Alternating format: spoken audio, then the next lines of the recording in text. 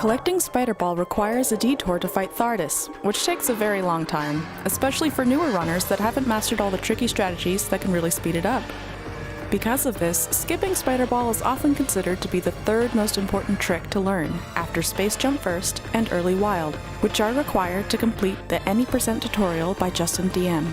This video is considered supplementary to Justin's tutorial, so it is recommended that any viewer follows that video all the way through first, if they don't know how to speedrun Metroid Prime.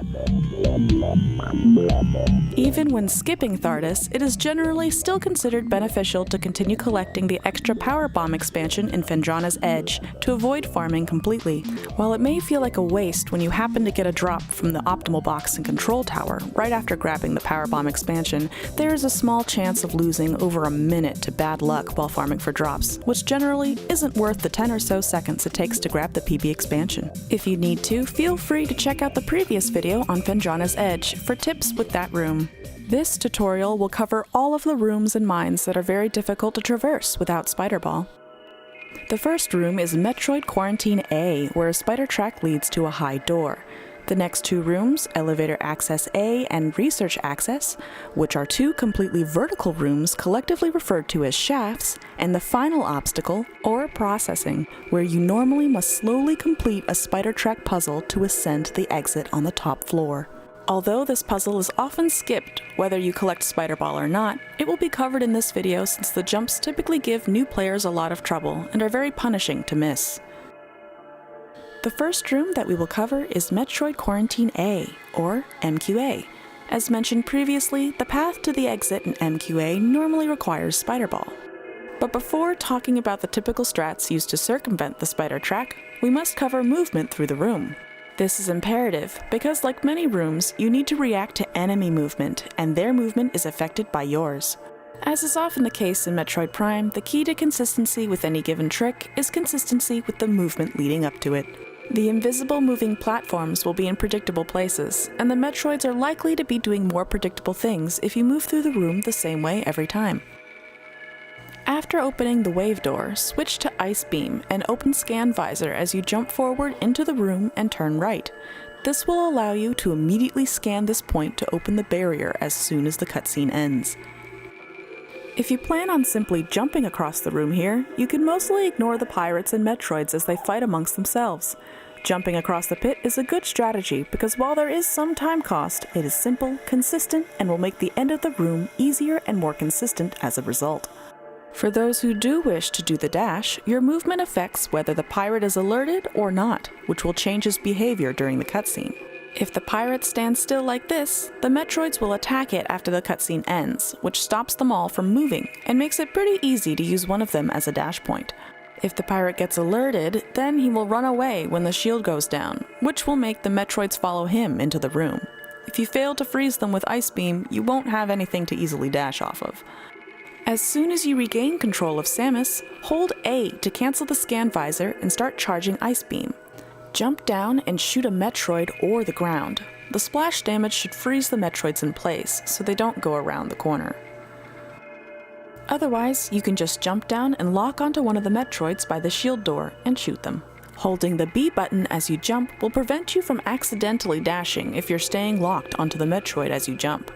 Note that you can still scan dash off of this point if you mess up the freeze strat, but it might be better to just bail and jump across the platforms instead. Once across the pit, activate X-Ray Visor, jump on the mushroom, jump on the invisible moving platform, and then jump up to the platform below the spider track. Or jump up to this platform and dash off of an enemy or this scan point. You need height and not distance, so be sure to double jump quickly. Keep in mind that to grab the scan behind the mushroom, you must be near the corner of the platform here. Once on the platform, you have two choices again. The safer strategy is to sit morphed at the edge and wait for all the Metroids to collect around you, and then lay a power bomb and roll backwards. This will cause all of the Metroids to die, which means you don't have to worry about them when doing the tricky jump that comes next. You could also instantly morph and lay the power bomb, which won't kill all the Metroids, but then, when you jump to the beam, you can dash off of them to complete the room a bit faster. Next, you need to get a slope jump off of the newly exposed slanted ground here. The wall curves back over your head, so it can be easy to accidentally bonk your head and fall down. This can be avoided by simply standing on the edge of the slope and facing slightly to the left. This facing angle ensures that a straightforward input will not result in bonking your head on the ceiling and falling down. Make sure not to walk all the way forward before you jump, as it's more consistent to give yourself a tiny bit of space to build up speed. But don't start from too low on the slope, or you'll just need more height to make the jump, making it more difficult. Once on the beam, if you killed all of the Metroids, you can just walk down to the end, turn to face the missile, and do a scan dash and hold down right. This will bend your dash right to the door. You can also walk to the middle of the pipe and simply do an R jump. It is highly recommended to practice this R jump because it is a good test of technique. If you left some of the Metroids alive, they can be of use. If the Metroids are far enough in front of you, simply dash left off of them to the door. If the Metroids are too close, you will have trouble getting speed from your dash. To prevent this, after landing, jump down the beam to lead the Metroids forward, and then jump backwards to create some space. Do not just walk forward, because if a Metroid bumps you, you will be pushed off of the edge, which will cause you to fall down and be unable to jump back up. Once the Metroids are in front of you, L jump backward, lock on, and dash left. If they are still too close, or you don't have the space to jump forward, wait for one to strike, and dash at the moment when it pulls back. That will give you the distance you need to get a decent dash. You might have to bend your dash based on your dash angle to the door. Looking at your map can help if you have trouble, but in general, the door is almost always straight off to your left. Now that you have completed MQA, it is time to kill Omega Pirate and collect the artifact of Newborn. Then, in order to proceed to the artifact of Warrior, you must first complete the spiderless shafts. Thankfully, because you can stand on pretty much anything in Metroid Prime, there ended up being a way to progress through these rooms without using Spider Ball. In order to climb the room, you will need to get all the way up to this edge, wedge yourself between the spider track and the wall, and then jump the rest of the way up. To do this, first move along the wall and look up. From this spot, you can kill 3 Bamu without much effort, which will make the climb much easier. You don't have to kill them to progress, but it makes climbing the room substantially easier. With the enemies out of the way, we need to get onto this edge. It is normally much too high to reach, but with a bomb space jump, or BSJ, it is actually possible. For unknown reasons, during the first 22 frames while airborne in Morph Ball, you're in a unique jump state where it's possible to input a jump. A BSJ starts off with a bomb jump, an unmorph animation skip called an instant unmorph before the end of that 22 frame window, and then an airborne jump, followed by a space jump. By unmorphing before the BSJ window, Samus will unmorph as if she were standing on the ground with her feet flat and spread apart. But if you unmorph after the BSJ window, she will do her airborne unmorph where she points her feet and sticks her arms out for balance. By putting something between Samus and the camera, the unmorph animation is skipped, causing an instant unmorph. Getting that instant unmorph inside the BSJ window will allow you to jump up next to the spider track. To get all the height you need, you must get hit by both bombs, unmorph, and get the initial jump all in that 1/3 of a second window, making this bomb jump a very precise trick. To get the best technique, input unmorph and then jump on back-to-back frames, typically using 2 different fingers, on frame 21 and 22 respectively. This will give you the highest possible BSJ for a given type of bomb jump. There are 2 BSJ setups that people commonly use. One of the BSJ setups is in the corner and doesn't require much finesse with the control stick, but instead requires you to simply press forward at just the right time. First, you need to wedge yourself into the little rock right here, then look in a direction that causes the camera to look toward the spider track and morph. Many facing angles will work, and some won't work. The ranges alternate and are kind of small, so it would take too long to list them all out in the video. Typically, looking at some of the vertical bars or the spider track will do the trick. Pick something and do the same thing every time.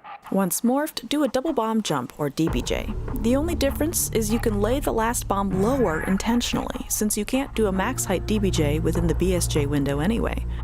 Also make sure you lay the second bomb as late as possible before the first bomb hits you, as this will give you the best height. Just as the second bomb explodes, hold fully forward to get away from the wall, or else you won't be able to unmorph at all. Unmorph and press jump as described earlier. Delay the space jump until you fully stop gaining height from the first jump. That will give you the most height.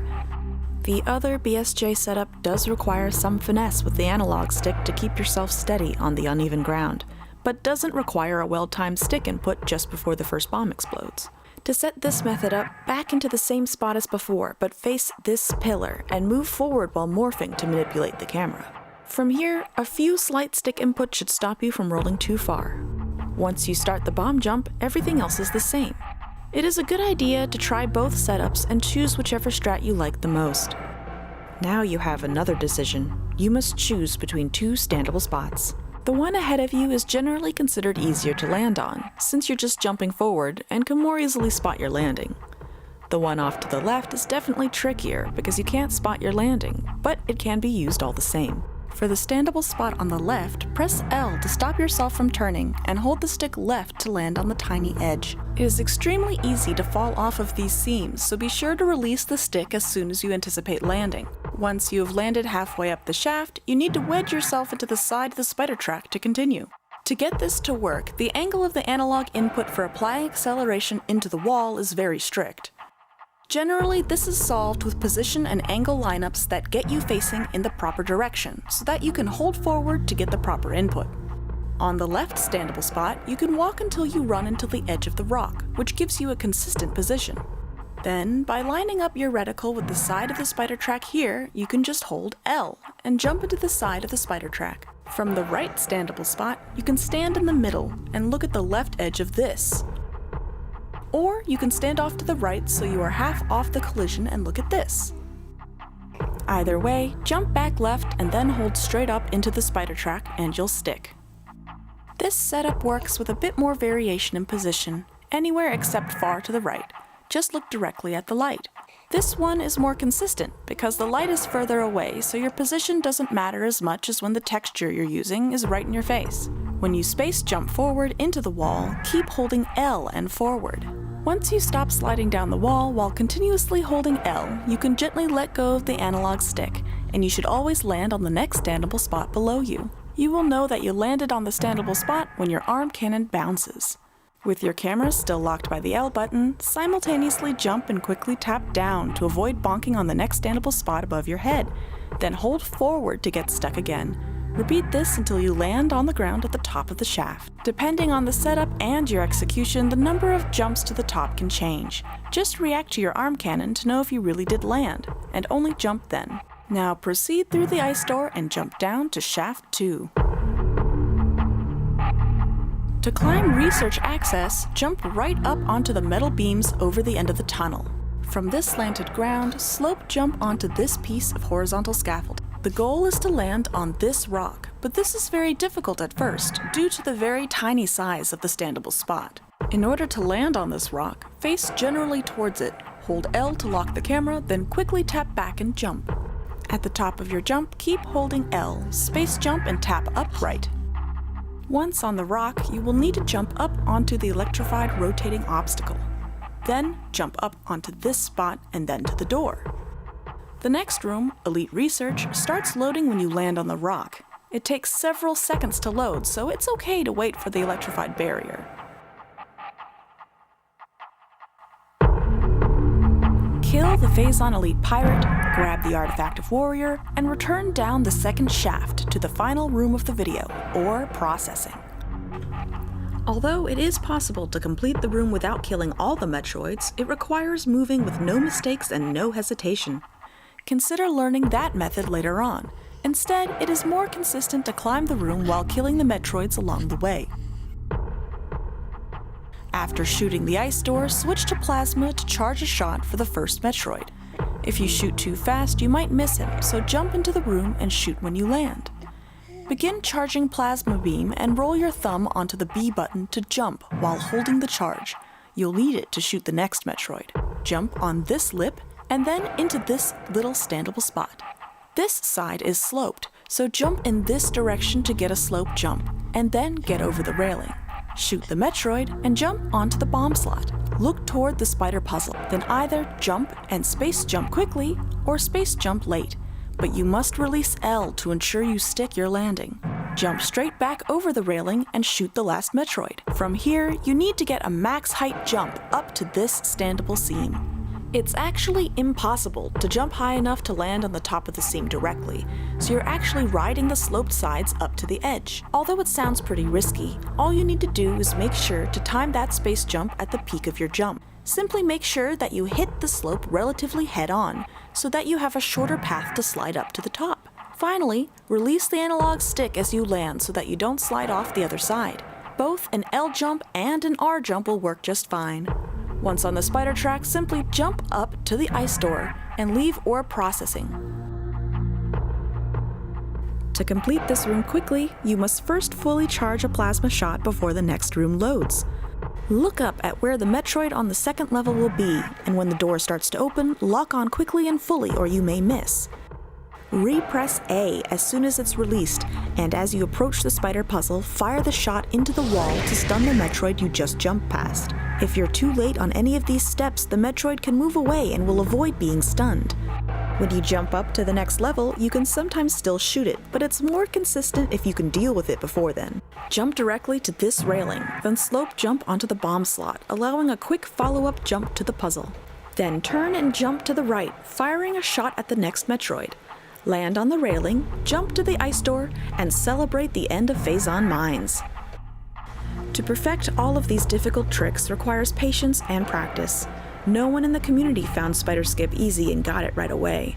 Spiderless shafts weren't discovered for a decade and required tricky bomb space jump tech that is hardly used elsewhere in the beginner any percent route, and there wasn't a single required BSJ strat in the any percent tutorial. But of course, this skip is so well worth it, so when it comes to adding it to speedruns or completing it in a randomizer, good luck and happy practicing!